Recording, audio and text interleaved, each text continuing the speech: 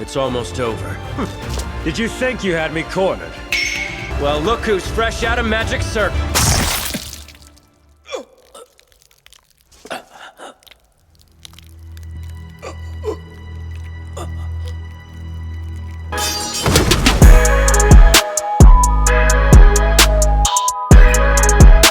What's good, anime enthusiasts? Hope you're all having a good day today, because I'm trying to have a good day with this latest episode of My Status as a Hero. Now, I want to preface this with, I thought to myself earlier on, thinking back to the previous video episodic reviews that I've done on this anime, I was thinking to myself, man, I am being possibly way too hard, way too critical of this anime, giving it like a 5 out of 5. And it can't be that bad.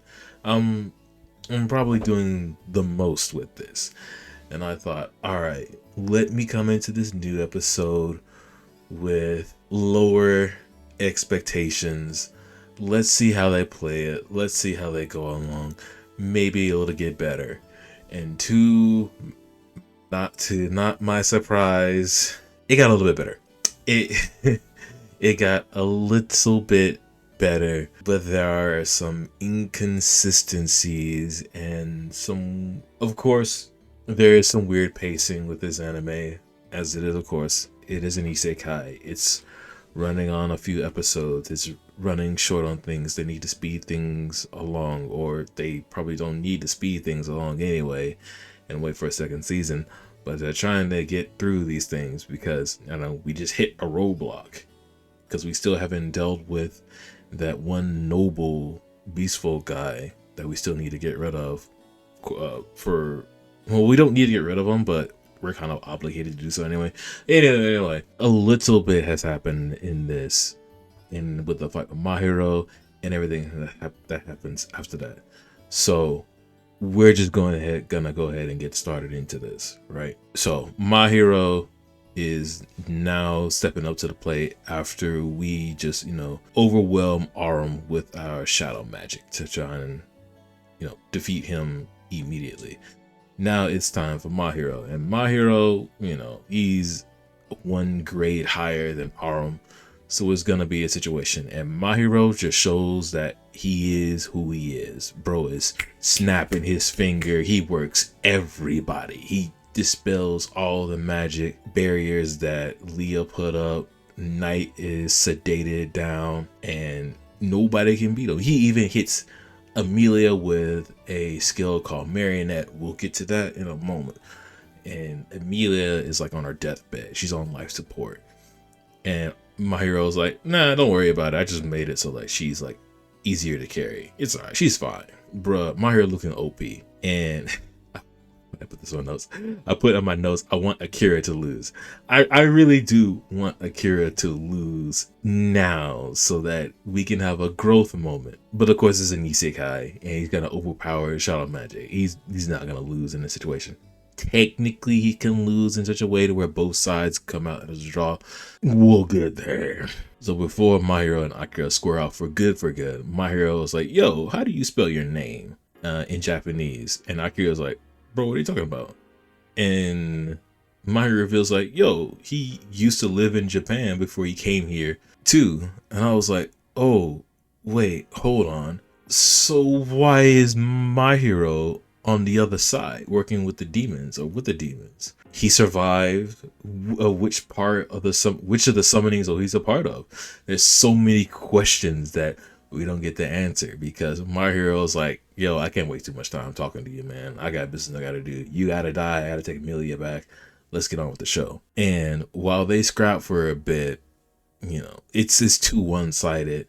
Akira can't do anything, and Knight comes over and was like, hey, yo, you bought me enough time to where I got some magic back, and now we can square off. And Knight's like, yo, in order to get you out alive, let's nullify the pact, and I'll sacrifice myself to get you away. And Akira's like, no, idiot, we fight together. And they decide to fight together.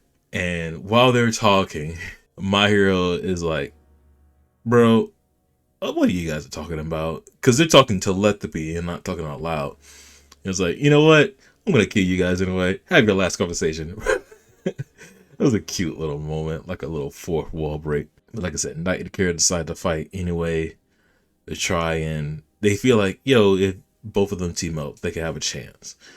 And Knight shapeshifts into Sauron. Okay, like, we knew Knight could shapeshift, but we didn't think he could shapeshift into other humanoids. And while he can't hold the form for long, we don't know if he's like has the same stats as Sauron. Anyway, they scrap. And I gotta say, the fight between these three characters is worse than when Akira and Arum fight 1v1. I'm just being honest. That's just how it looks. I even compared the fight, comparable fights. I watched this fight, I watched the other fight. I was like, nah, it's not even a contest. There's a lot of slideshows and still images. There's like a repeat animation here. And there was one point where Akira tried to do an upward slash and there was no sound or anything. It was like silent for like several frames. I was like, oh, that's weird. So yeah, this fight wasn't all that. Yeah, all of a sudden that first fight in the first episode against that thief with Akira it set a standard that we cannot follow throughout the other ones. We are now looking like PowerPoint locked season 2. If you know, you know. But eventually, Knight and Akira corner Mahiro, and they're thinking, all right, we got him.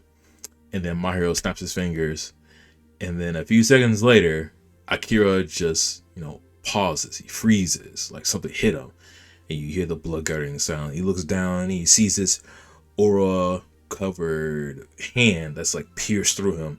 And when the camera points behind him, it's Emilia, controlled by Mahiro, the marionette skill, and Akira just falls over.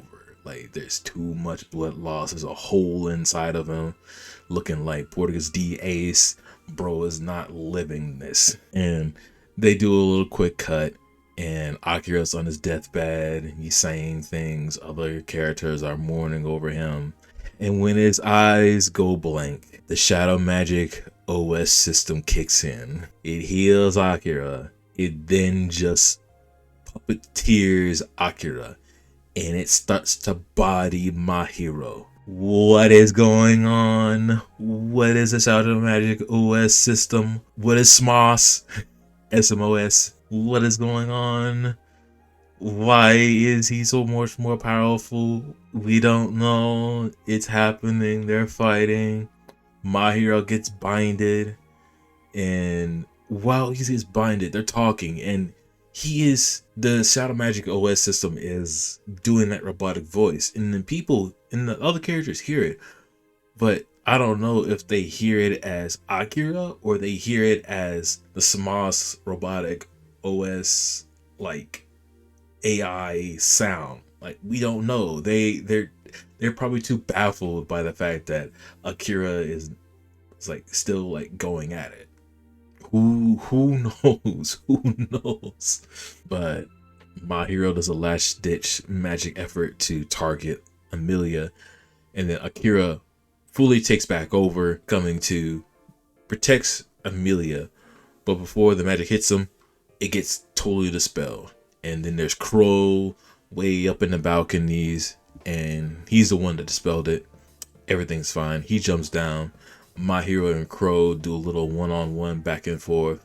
Ayo, I didn't think you lived this long. Ayo, I know why you're here.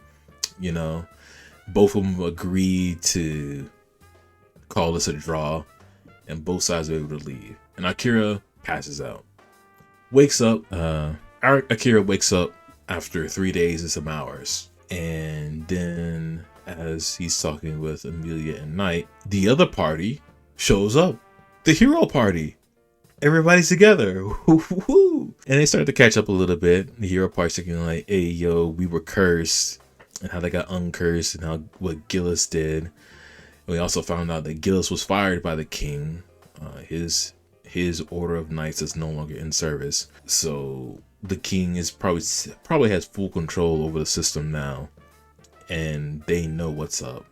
And well, the king kind of knows what's up with Akira and the hero party. Well, he still has the other students in his court, so we probably might be fighting some students later on down the line. But both parties, I should say, would be Akira and then the heroes party. They start to talking about plans. How the hero party, they want to defeat the demon lord in order to have better negotiations with the king. And Akira's like, nah, I don't think that's gonna happen with Retris. And they talk a little bit more back and forth. And the hero party's like, yo, Akira, let's team up and let's go together. Now that we're all here, we all know each other, and we know the situation. And Akira is very hesitant or against it. He's really trying to be the edgy lone hero sort of guy. Like, he's more powerful. He knows that he's more powerful than them. They know he's more powerful than them, but their motivations are different. Akira really isn't seeing like the helpfulness that they have. Like, he even like gives a reason. Akira doesn't even tell them about how people are summoned to this world. He doesn't tell them that other people of this world were sacrificed in order to bring them. I'm like, huh? And Akira's like, I don't really want to use other people. I don't want to babysit y'all. But he does want to, go home. But he doesn't want to use the hero party. And he says it himself that he makes choices that give him the best possible odds of getting home. And he says, I want y'all to think about it, and we'll get back to it. And I'm like, Akira, if you say you make the best choices that give you the best possibility of going home, this is it. This is it. Think about it. The heroes party. They got themselves uncursed. They got away. Gillis is with them and trained with them a little bit. They trained on their own. They are strong enough to come on a boat to the Bespoke continent to get their weapons upgraded. They know what's going on. They have a goal. We want to defeat the demon lord. They have the goal in sight, and they think that you would help them as well. They even know that you're stronger than them, and they're asking you for help, my guy. They know the situation. They're smart. And Akira, you're just gonna say like, I don't want to babysit you guys. You guys are like, they have already proven themselves that if they got to this point, they are strong and smart enough to follow directions. They can hold their own. But it doesn't matter because it's isekai, and Akira is like the one and only hero. So we gotta follow Akira. Woo! Yay! Akira. Oh my god. Speaking of Akira though, he goes Akira goes after Emilia because while they were talking inside about going home, Emilia kind of fidgets and like dips out, and Akira goes after her. And now Emilia and Akira are standing on a cliff and they're having a conversation. And Emilia is scared of Akira eventually leaving. Like, she knows it's gonna happen. She loves him too much in order to see him go once everything is finished, line and gone. And she says, I gotta apologize for stabbing you. And Akira's like, nah, it's all good. It wasn't you. And Emilia decides like, I was sad that it happened, but I'm also happy that at least I was able to give you a scar and it'll stay with you. Huh? Emilia, you're sad that you hurt him, but you're happy you gave him a permanent scar that he can remember you by. Okay, tell me that you're yandere then. Tell me that you're a yandere without saying that you're a yandere. Okay. And both of them kind of lock eyes with each other, and Akira just goes out and he goes through a few words, and he eventually it gets to the point to where Akira confesses his love for Amelia. He says the 3 magic words, I love you. And Amelia's happy and decided to make their vows by cutting their ring finger.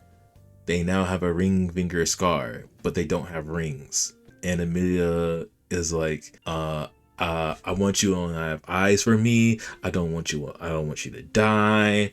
I want this, I want that. And I'm like, okay. this kind of woo, we kind of got here, okay? Because think about it. We know Amelia loves Akira, right? We knew this since episode 2. Yeah, 2, when she got saved by him in the dungeon, right? She was down that night. They were about to go to sleep. She was smiling at him. And all throughout that time, anytime Akira did something cool or he went through strife, Amelia was like, oh no. And she was like more and more falling in love with him. It was even after the whole Amelia's backstory arc, which is still shoddy, by the way, but it is what it is, where Akira stepped up for her sister, and quote unquote solved everything.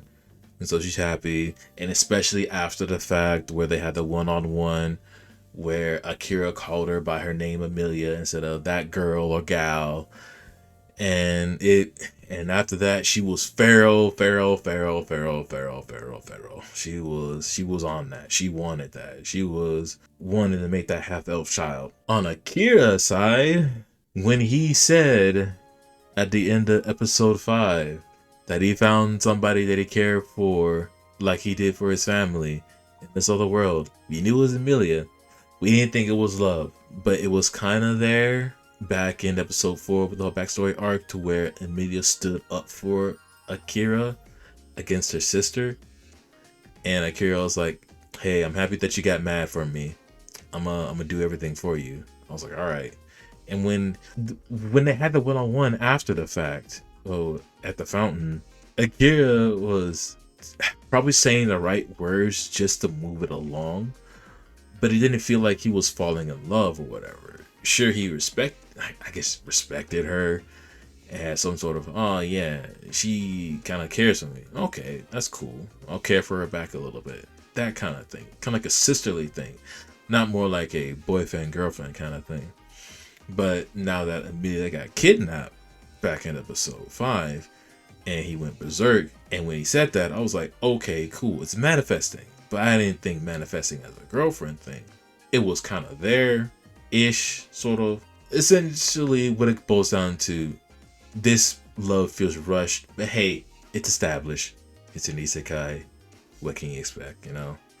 We're here. Oh, and pretty much the episode ended after that.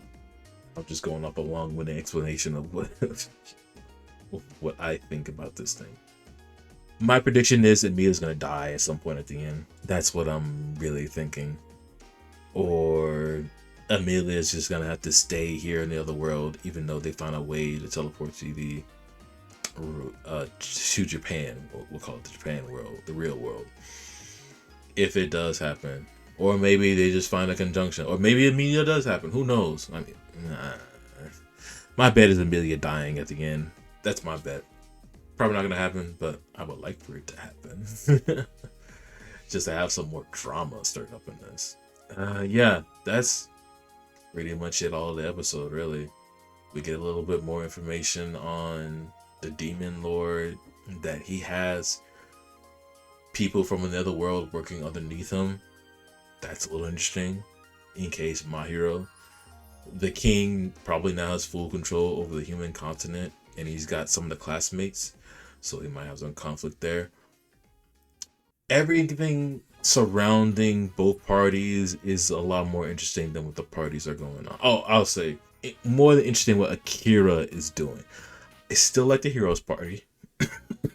I do dislike the fact that Akira just withheld the information, not said anything. Like, we are 7 episodes in, Akira. We don't know how much longer time you guys got. We don't know if you guys get in the second season. You might as well just spill the beans and let's rush over to Demon Lord. Who knows? But yeah, that's all I really got. I was a little positive, I guess.